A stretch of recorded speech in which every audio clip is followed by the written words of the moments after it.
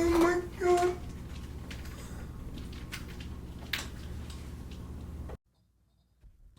Jesus. Hey, how you doing? How are you doing? Oh my god. Oh my god. Oh my god, no, but for real. For real, I just got back from Coachella.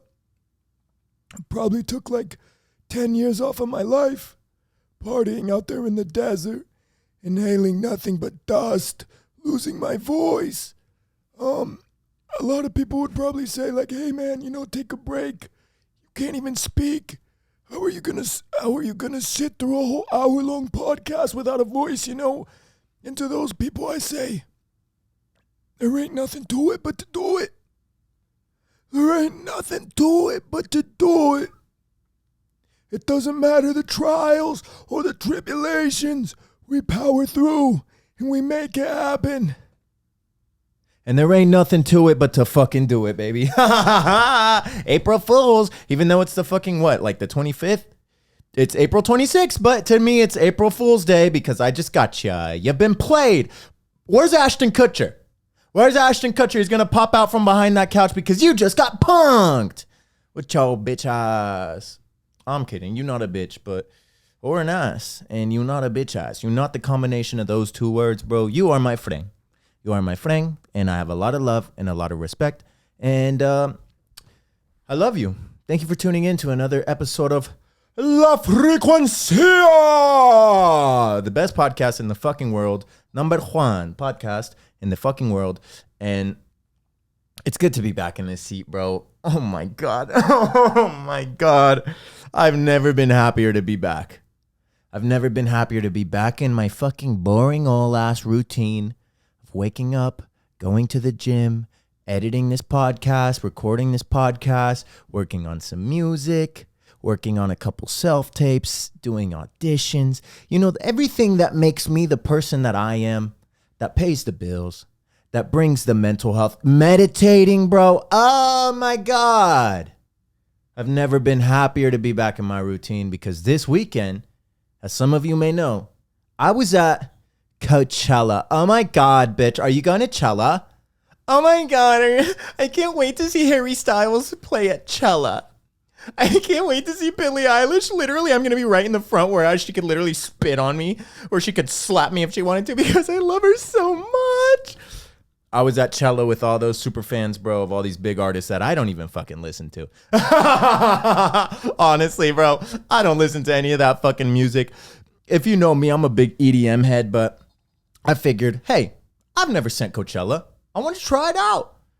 My dad told me to try everything once, including meth. I haven't done meth yet, but he said try everything once, and there was not a list that he gave me of stuff that was off the table. Try everything once and nothing was off the table. I'll probably never do meth.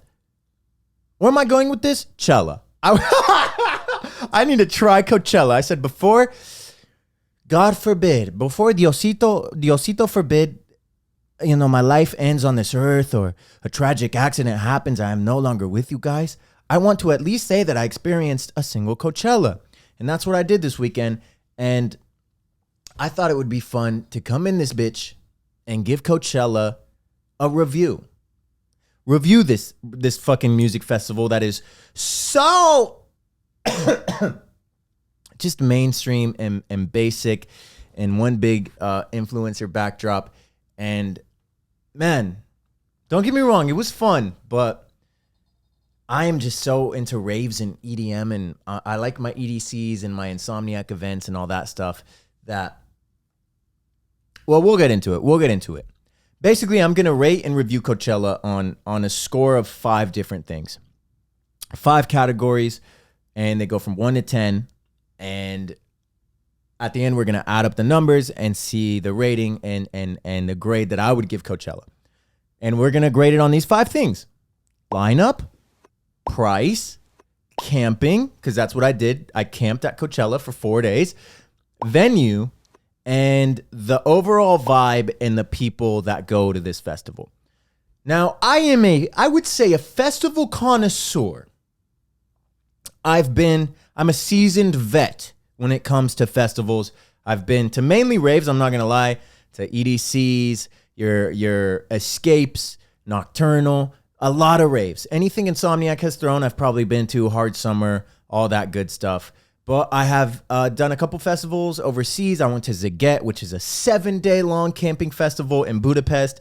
That was one of my favorite experiences ever.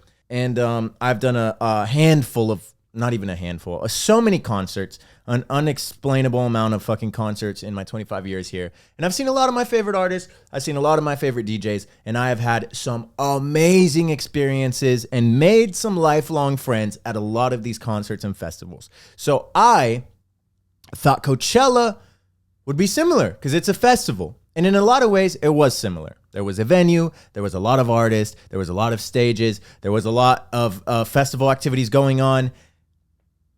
But what separates Chella from the other ones, and where would I rank it on a list of these other ones? Let's go straight into it, bro, with the lineup. Now, as you know, I am a big EDM guy. I like my house music, my techno, dubstep, future bass. I like to go in there, get my fucking face melted off at 100 decibels per fucking second, which is so bad for your ears. I like the fucking LED light shows to blast my fucking light off and literally hit me with an amount of light that an X-ray would do and just fucking singe my bones and my skin and everything. I like to feel all that. I like to feel the bass rattle my fucking chest, bro. Literally my whole body's vibrating in front of the stage. I like that. And that's the kind of music I like, and that's the kind of shit I listen to. Now, Coachella did have a good amount of EDM, but Coachella is not a rave. Coachella brings in massive fucking artists, bro. Like the headliners this year were Harry Styles, Billie Eilish, and Swedish House Mafia / The Weeknd, which I thought it was going to be Swedish House Mafia and The Weeknd like at the same time, but it was Swedish House and then The Weeknd, and then they closed out together. But it was like basically two headliners in one doing their own thing, which was still cool. But I've seen The Weeknd before, so it wasn't anything crazy special, and so on and so forth. But these are massive artists that I otherwise would never pay money to go see by themselves. Like, I saw Harry Styles, and goddamn, my girl said it best. He is like the modern day Freddie Mercury. This guy is so just captivating in his performances, literally just so flamboyant and comfortable with himself on stage. Amazing pipes on this dude. The voice of a fucking god, bro. Like, sings so beautifully. His stage presence is there. I understand the appeal of Harry Styles. I was low-key coming all up in my pants, and I don't even listen to Harry Styles like that, but I was like, this is something else. I got goosebumps. The hair on my arm stood up when Harry Styles came out, and I was like, oh, fuck, I get it. But would I ever pay to see Harry Styles by himself? No. Never in a million years would I go out of my way and pay so much money to see a Harry Styles concert. And that's kind of the appeal for me for Coachella is, though it's not music I'm interested in or I really listen to, I can at least say I've seen these artists, and that was cool. I would never pay the money to see Billie Eilish. I think she's such a talented artist, such a talented musician, but not really what I listen to. I knew a lot of her songs, but not really what I listened to, you know? But now I can say I've seen Billie Eilish, and she put on a hell of a show too. The Weeknd, I knew every fucking Weeknd song. I kind of realized while The Weeknd was playing, I think I'm a Weeknd stan, bro. I am a low-key Weeknd stan because I knew all the lyrics to all his songs, and I was having a good time and dancing. And it got to a certain point where I was like, I know every single one of these songs, bro. Do I like The Weeknd like that? I guess so. So The Weeknd killed it. But again, an artist that I would never go out of my way to see. I would rather pay $500 for a festival experience where I can see a plethora of artists and then go see Harry Styles rather than pay $500 to just see Harry Styles. That's kind of the drift I'm going for. So because of that, I think the lineup was banger. The lineup is sick. I'm literally, and this is so, this is just me, and this is so opinionated and so just a very, I don't even know the word for it, but I'm literally only taking a point off because it's not the music I primarily listen to. They brought an artist named Holly Humberstone, who's from the UK. I'm pretty sure she's from London or a town outside of London. And amazing. Literally, I found her on Spotify, and then I got really into her music. And once I saw she was on the lineup, I was like, that's so fucking fire. And it's them bringing in artists like that is really the appeal for me to go to a festival like Coachella. So when it comes to the lineup, I would give it a 9. Honestly, I understand why it is the fucking mecca of music festivals that it has become over the years, because it brings in such a wide genre of music, which gets us into the vibe and the people. So hold up. Let me put that next to it. Lineup gets a solid 9. I liked it. I'd say my favorite artist of the weekend, bro, was probably Baby Keem. Holy shit. Baby Keem gave one of the best live performances I've ever been to. And then he brought out Kendrick Lamar, and goddamn, the whole crowd was fucking lit. Everybody was off their rocker. Everybody was losing their shit. And that was just such a phenomenal experience to be a part of, was Baby Keem. It's experiences like that I go to festivals that I like. But like I said, because the lineup is so broad in terms of genres and in terms of the music that they have at Coachella, the vibes are all over the place. And I don't say that in a good way, bro. You go to a EDC and it's nothing but electronic music. And you know that with electronic music comes ecstasy, Molly, and psychedelics, all the serotonin, endorphin releasing, happy, love-inducing fucking drugs. You go to a festival like this, same drugs apply, but with different people and a different spectrum of just stuff. So at a rave, it's all plur. That's literally everybody's exchanging candy, everybody's dancing with each other, strangers are talking to each other because everybody's under the influence of something that makes them fall in love with themselves and the world around them.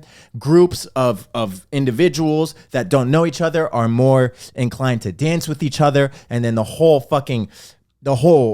audience becomes kind of like one big family, and the vibes are so lighthearted and positive and loving and inviting and welcoming at a rave, bro. You can talk to anybody and they will more than likely have a conversation with you, dance with you, do whatever. It's so easy to make friends. I've made some lifelong friends and had some of the best experiences getting to know people at raves and at festivals of that caliber. I like Insomniac events, let's say. Coachella, completely different story. I feel like the type of person that goes to Coachella, let's just say it's very influencery, bro. Obviously, we all know that it's like a big influencery. It's a big influencer backdrop at the end of the day. And it seems like more people go to Coachella just to say they went, just to get social media content, just to talk about it on a fucking podcast or something, bro. Just so they have content to talk about. And it seems like more people go for themselves rather than to see the artist. It feels like a lot of people go to Coachella. They don't give a fuck about the lineup. They don't give a fuck about who's playing. They just want to say that they went to Coachella.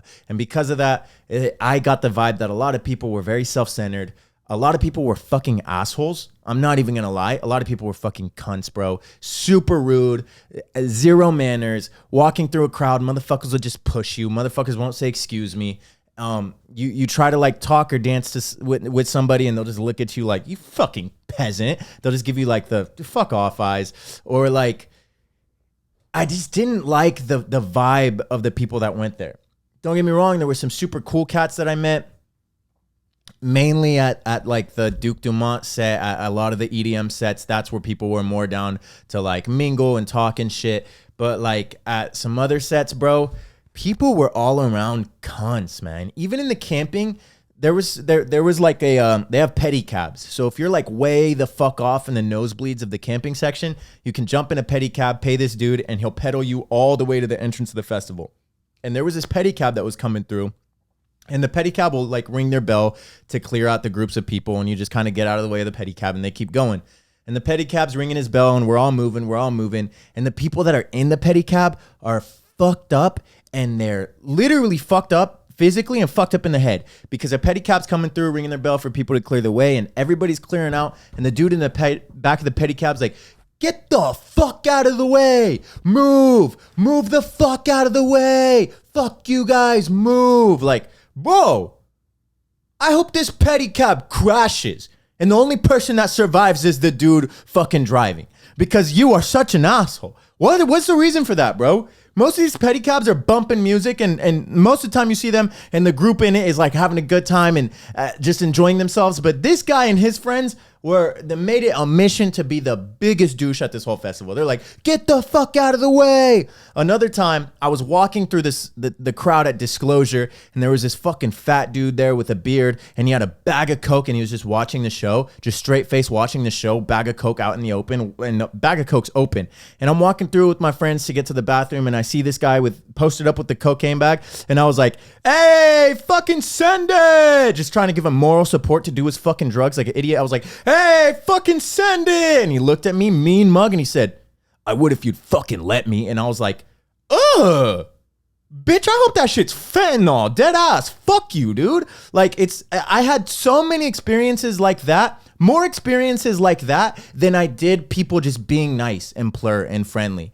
And I did not like that at all. The vibe seemed very self-centered. There was another thing where like this girl, you could tell it was her first festival, and this dude put her on his shoulders so she can get a better view of the performing act. And instead of getting on her shoulders and enjoying the moment, taking in the view, or like most people do, recording from a higher point of leverage, she was sitting there recording herself the whole time like, yeah, woo! Not even paying attention to the artist.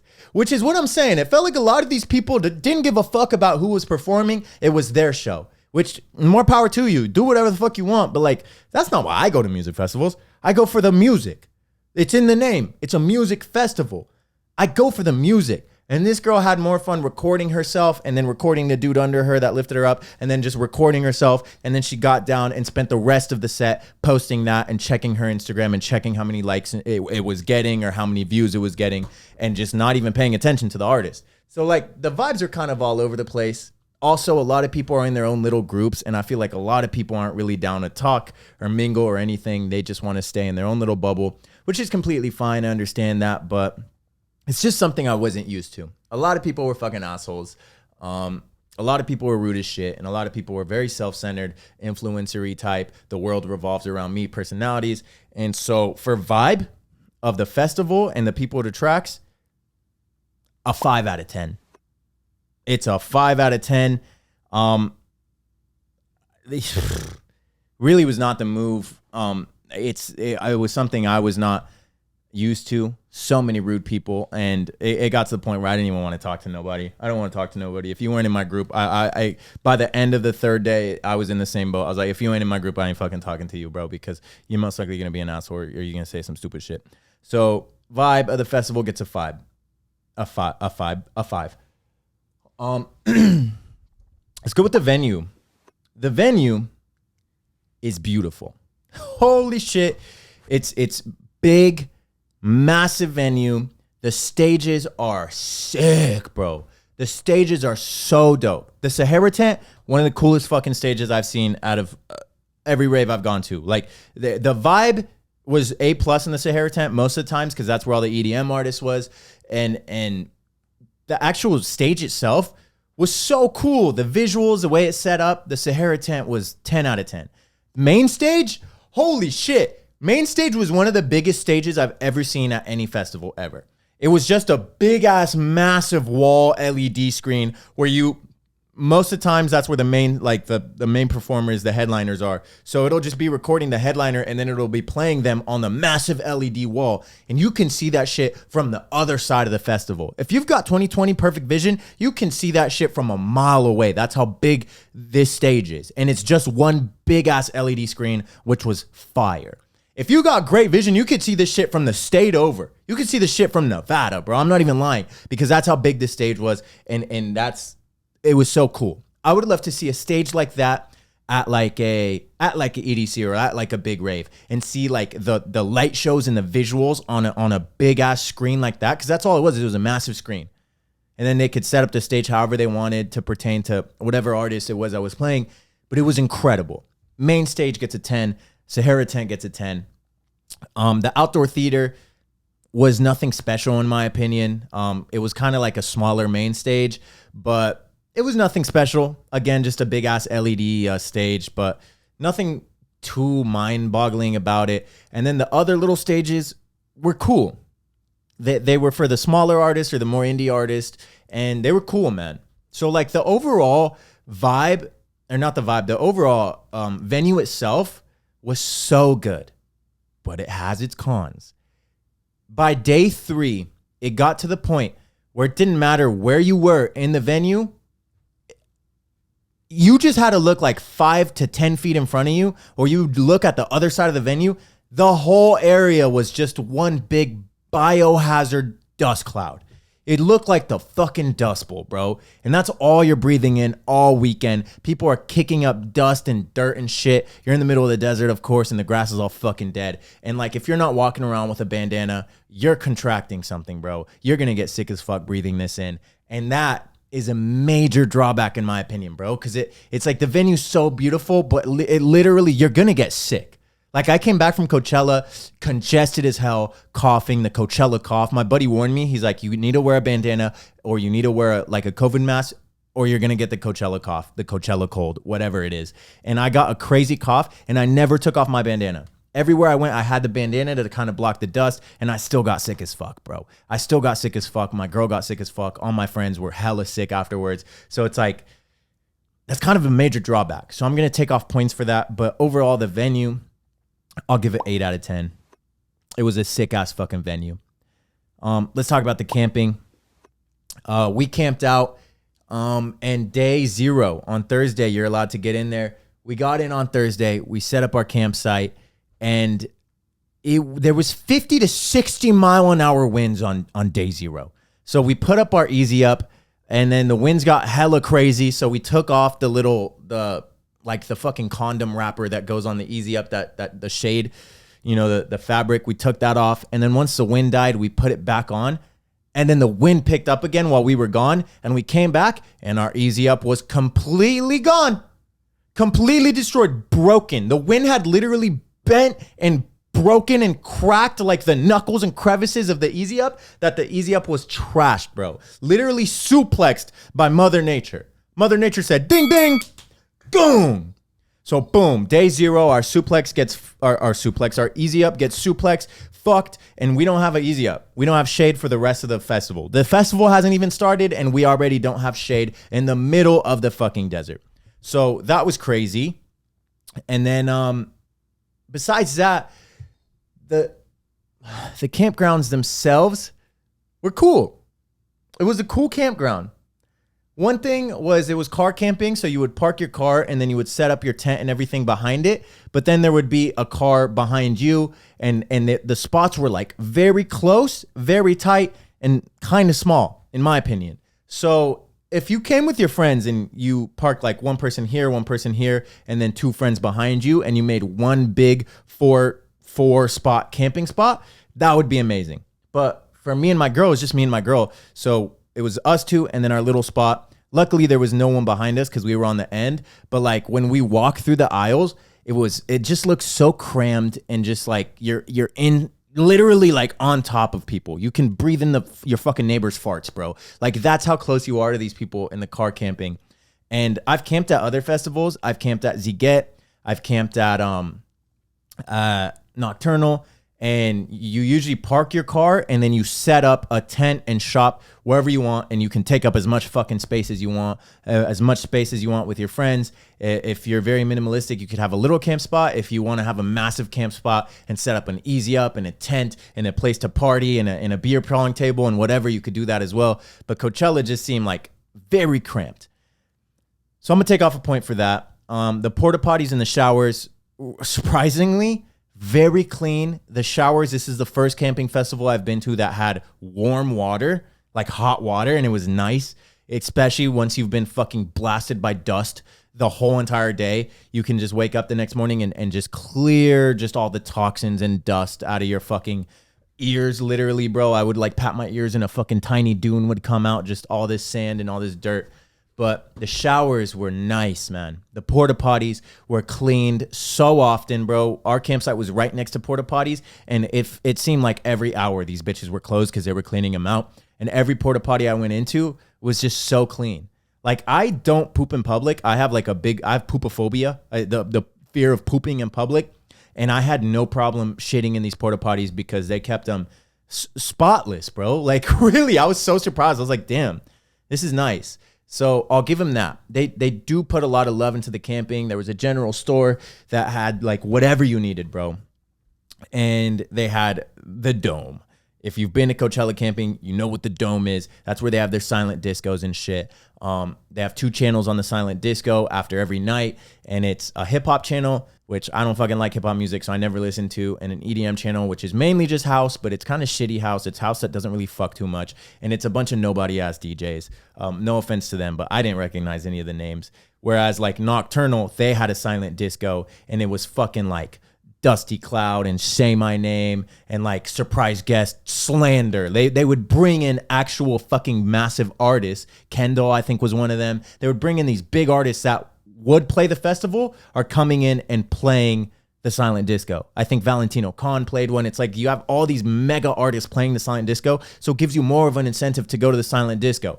But this silent disco at Coachella, it's like DJ Steve, who's a local DJ here in Indio, California that nobody knows, you know? That's who's playing your silent disco. And I was like, that's not impressive. And the music was mid at best. So I never really went. I never really had any reason to want to go check it out. And by the time the festival ended, I was so tired anyways that I just wanted to sleep. Me and my girl, really, we just wanted to go to bed.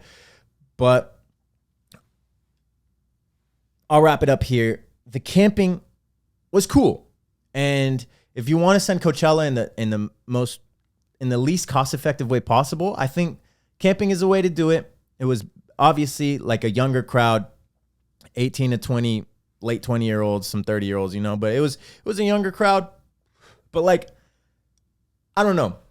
At all the camping festivals I've gone to in the past, my intention was just to party, meet people, hook up with girls. Camping kind of has that vibe and that aura to it. And like, it's just a nonstop party after the festival. And now I'm cuffed up. I'm a wholesome dude.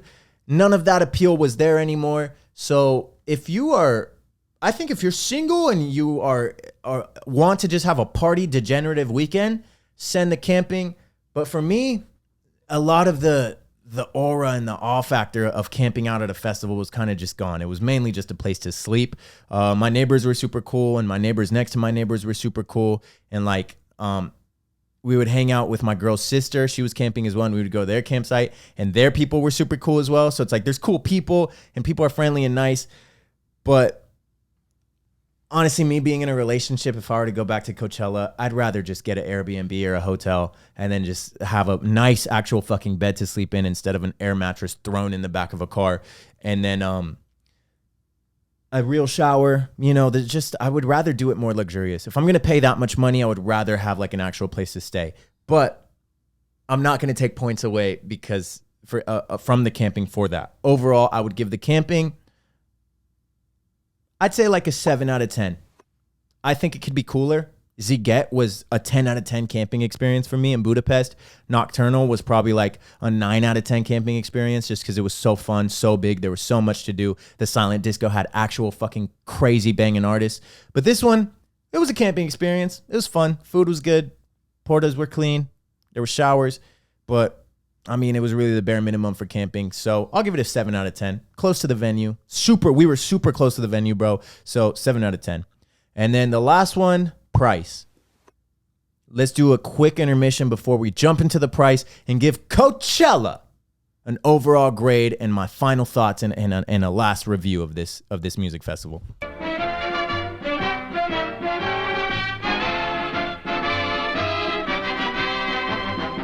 Is the price right for Coachella? In my opinion, the price of entry is really fucking steep. If you buy your ticket from Coachella themselves, you're going to be paying anywhere from $500 to $700, I think, which is a lot of money compared to other music festivals that are the same amount of length with roughly the same amount of artists, also include camping, also include everything Coachella has for a fraction of the price. I think EDC, when all said and done and you buy from EDC themselves, it comes out to like $412 to $450. And you can camp. It literally goes from 6 p.m. to 6 a.m. all fucking night. You see your favorite DJs, your favorite artists. The vibes are on point. It has literally, it's a magical experience in my opinion. But Coachella, I can understand why it's so expensive because they are bringing in some of the biggest acts in the world. Like, I'm in my own little EDM bubble, but you don't realize how much money is and how many bigger artists are actually in the music industry. And these are the kind of artists that Coachella is bringing in. Like your Harry Styles, your Billie Eilish, your Billboard charting #1 artist, all this bullshit. So for the price, I understand why they can make it so steep because the money's got to go back to these artists. The money has to go into the venue and everything. But yeah, man, I wouldn't recommend buying your ticket from Coachella full price because in a way you are kind of getting ripped off, in my opinion, for the experience you're getting. I would wait until a week or two before the festival and then buy a ticket from someone that's reselling it and is desperate to get rid of it. Because like my girl's mom bought her ticket to get into Coachella for $250. For $250, Coachella is well worth the price. You're thriving. $250 is so cheap for a Coachella.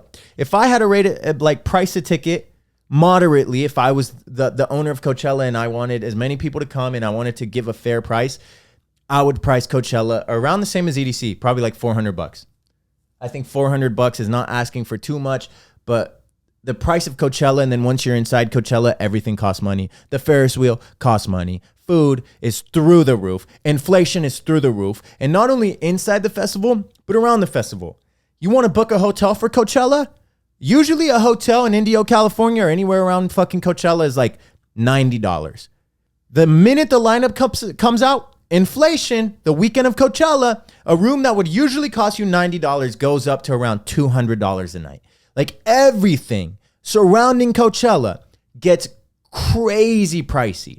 And I spent so much money, even though I was camping and I'd already paid for my festival ticket that I bought from my boy, and he gave it to me at base price, which I still thought was dummy expensive, $500. He gave me the price of the ticket without taxes or anything, which is $500. And then on top of that, food, it was like anywhere from $18 to $20 for a burrito or for some carne asada fries or whatever the fuck you want. Food is expensive. Everything was so expensive, bro. So I'm going to give the price. I understand why it's pricey. And I guess it really depends. If these are like your favorite artists ever, and that's you would literally give your firstborn child to see Harry Styles, or you would happily give your arm to see fucking Billie Eilish or whatever the fuck, and there's no price that you would pay, there is no price too high that you would pay, then I understand. But for me, since those aren't really the music I listen to, the artists I like, the vibes that I like, everything was like, you know, I thought it was a little overpriced. So I'm going to give the price. Let's go with the 6 out of 10, bro. It just seemed a little too pricey for not enough bang for your buck. For example, Ziget is a 7-day-long music festival in the middle of an island in Budapest, and you camp out all 7 days, and they, like Coachella, have so many genres. I think the headliners when I went was like Pink, Wiz Khalifa, but there was also Flume, Boombox Cartel, a lot of EDM guys. They had the Coliseum, which was kind of like their dome for the camping. That was the latest stage that was open, and it stayed open until 6 a.m., so you could literally go to the Coliseum and just end your night there until 6 a.m., party till 6 a.m. They had camping. They had mainstream artists. The cool thing about Ziget is that it's in Budapest, and you have to think, people from all over the world are coming here, and this is already a foreign event. So they had acts and bands and musicians from all over the world. They had an international stage that played Latin music. It played Middle Eastern music, European music, all these bands and acts I'd never heard of. You could go to the international stage. There's some dude in a kilt in a fucking playing polka or whatever the fuck. Like, this festival was so cool. The experience was so cool. And I think the ticket roughly came out to, in American, $200 to $250 for 7 days of camping and literally a crazy lineup every fucking day. A beach. There was a beach there that you could go and chill on the beach. They had showers. They had literally, the food was cheap. The beer was cheap. Everything was cheap at this festival. That's so much bang for your buck. Coachella, double that price, triple that price, and the same style lineup, and just very expensive, man. Very expensive. So that gets a 6 out of 10. So let's review. The lineup, 9 out of 10. I heavily fuck with the lineup. The vibe and the people, 5 out of 10. You're still getting a festival experience, but you could get a much better one somewhere else. The venue, 8 out of 10. Beautiful, but you're definitely going to be sick afterwards. Your lungs are definitely going to be coated with dust and dirt and grime. And just you're going to have a wild cough, bro. I've been coughing for like the past 2-3 days. The camping, cool. Not the coolest camping experience I've had at a festival, but definitely fucking a lot of bang for your buck and a cool experience overall. I feel like camping at a festival is always fun. So the camping got a 7, and then the price, kind of steep for what it is. I'm gonna give a 6. So let's add this up. Out of 50, Coachella scores a 9 plus 6 plus 7 plus 8 plus 5, scoring up for a grand total of 35 out of 50, which when we divide it, gives us around a 70, which is a C. Would I agree with this score? Absolutely. I think Coachella is, at the end of the day, it is a fun festival. And I would recommend it if your music taste is very vast and you want to go see these big mega artists on a grand scale and in a grand spectrum, because festivals do bring in a massive crowd, and it's like you do get to feel that energy and everything. So Coachella is cool, and I would recommend it. Would it be in my top 5 festivals? Probably not. If I could only pick one festival to go to a year, would it be Coachella? For me personally, absolutely not. But would I do it again? Yeah, I would do it again.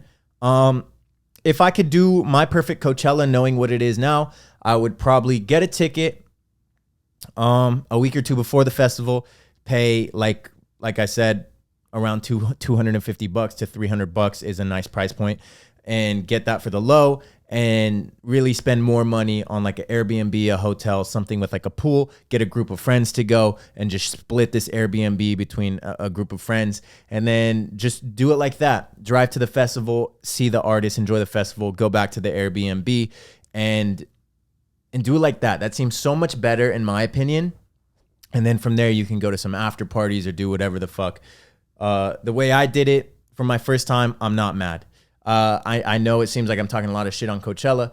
I'm just saying, compared to other festivals, it doesn't really stack up in my opinion, but I still had a hell of a time, and I'm still glad I got to experience that, because like I said, there was a lot of moments that are going to live with me forever, man. Like that Baby Keem set was fucking incredible, dude. There was some times with my girl where I was just like, man, I wish I could live in this moment forever, you know?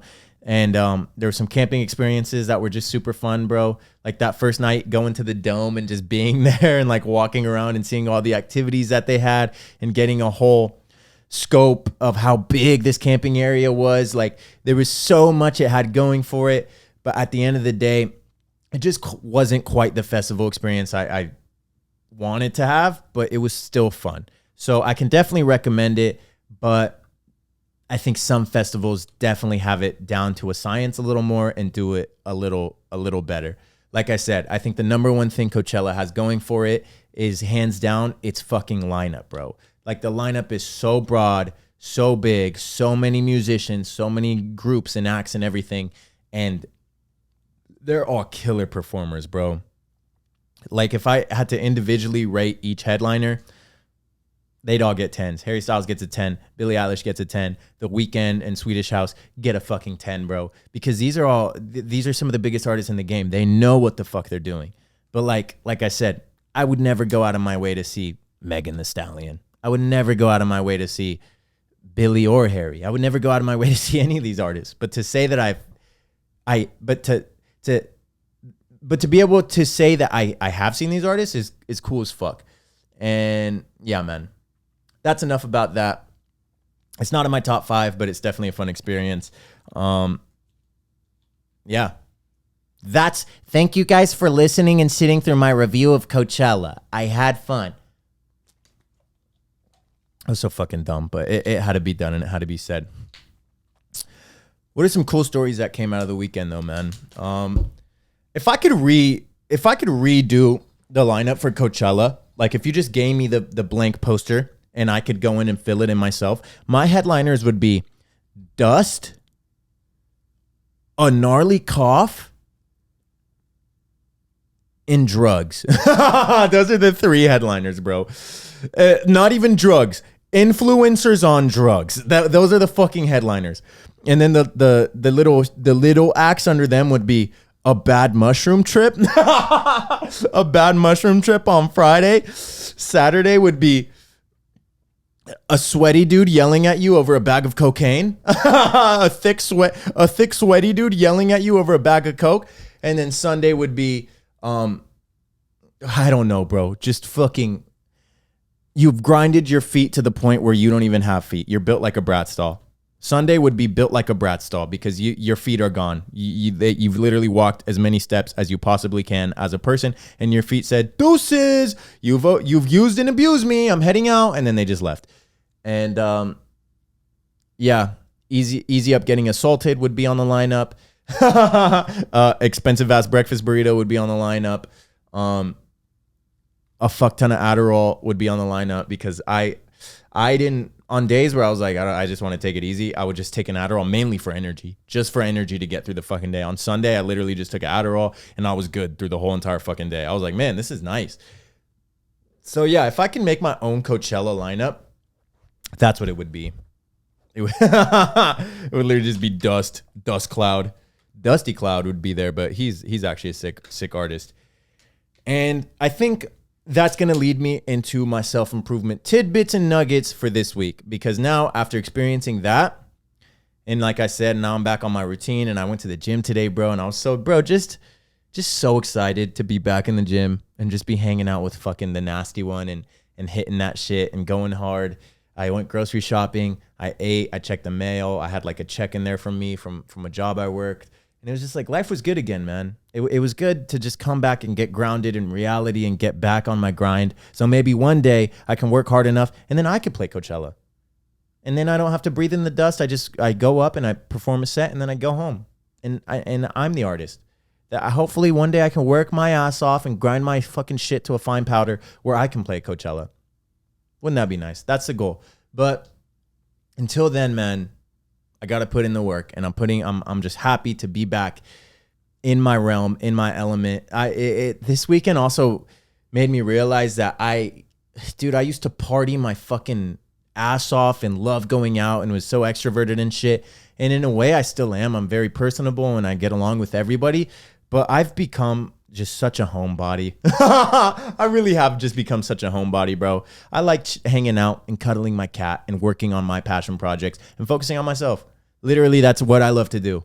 And Coachella showed me that. This weekend showed me that of nonstop degenerate partying. It got to a point where I was like, literally, I remember at one point being in the middle of a set and thinking, I'd rather be at the gym. I was like, I think I'd rather be at the gym right now. Like that's the point in my life where I'm at, dude, which is hilarious.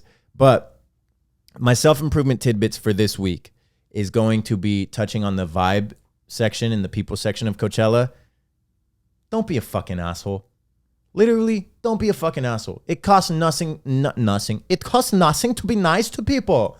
It literally is. It's literally, what is it? Oh my God. Priceless. It's fucking priceless to be nice to people. And that's so true, man. Because just the vibe and the people that I had the fucking pleasure of meeting this weekend, if you want to call it that, was so off-putting and just turned me off so much where I was like, I need to talk about this on the podcast, bro. And these are my nuggets. I say this a lot. If you want to be liked, you have to like people and you have to be just fucking You don't even have to be cool like, oh, I'm fucking cool. But just be like cool and don't be a fucking dick and don't be an asshole. Be personable. Even if you're shy, even if you're a wallflower, still be a nice wallflower, you know?